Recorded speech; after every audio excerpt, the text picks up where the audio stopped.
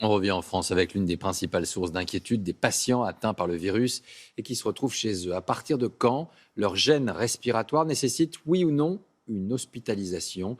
La téléconsultation via le 15 est une solution, mais pas toujours une réassurance totale pour les malades. Alors pour tenter d'y remédier, l'association Sauve Life, qui travaille avec le SAMU, se propose de venir chez vous pour mesurer votre taux d'oxygène dans le sang. Frédéric Prabonneau, Annie Triboire.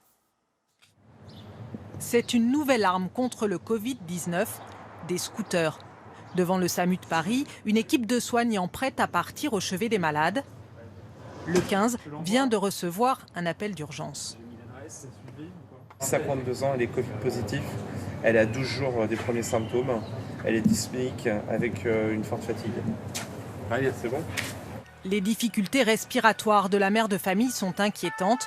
Olivier Maillet, infirmier, se rend sur place. À l'origine, ces scooters ont été pensés et équipés par l'association Sauve Life pour amener des défibrillateurs auprès des victimes de crises cardiaques dans Paris embouteillé. À l'heure du Covid, dans les rues désertées, ils permettent à un soignant de se rendre chez les malades rapidement, sans mobiliser une équipe du SAMU. On est pour 5 petites minutes, maximum, le temps de me préparer. Et puis je suis là. Olivier Maillet, qui a lâché son métier d'infirmier il y a quelques années, s'est porté volontaire. Il a vite retrouvé ses réflexes. Donc le but, c'est d'être protégé au maximum.